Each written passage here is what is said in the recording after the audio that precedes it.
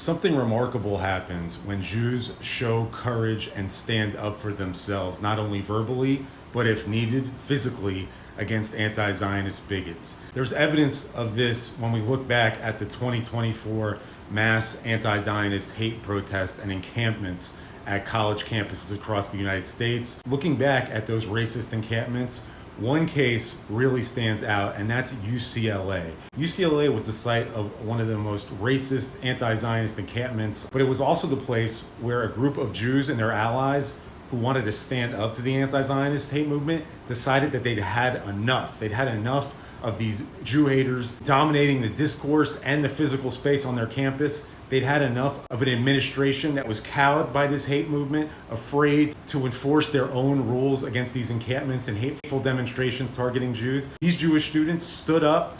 They went to the encampment. They stood up face to face with these racists, and it led to physical violence. There were brawls, there were beatings, there were arrests. But after all this ugliness, guess what happened the next day?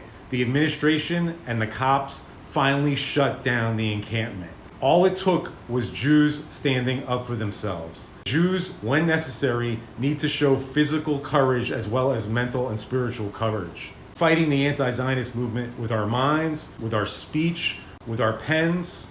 We should go on the offense with all of those elements at our disposal. But as a corollary to going on the offense with those tools, we really need to be showing a willingness, when necessary, to use physical force, not only self-defense, but aggressive action, counter-protest, standing eye to eye with these bigots who almost without exception are all cowards. That's why they hide behind this hate ideology that is now their whole identity, even their religion. And when we stand up to them and show courage, physical, mental, and spiritual courage, it encourages the authorities, administrations, or people on the fence about this hate movement to go ahead, follow our lead, and take stronger action against them. It happened at UCLA. Similar things happen at other campuses in other cities across the United States. We need to pay attention to what happens when Jews stand up for themselves with our swords as well as our pens.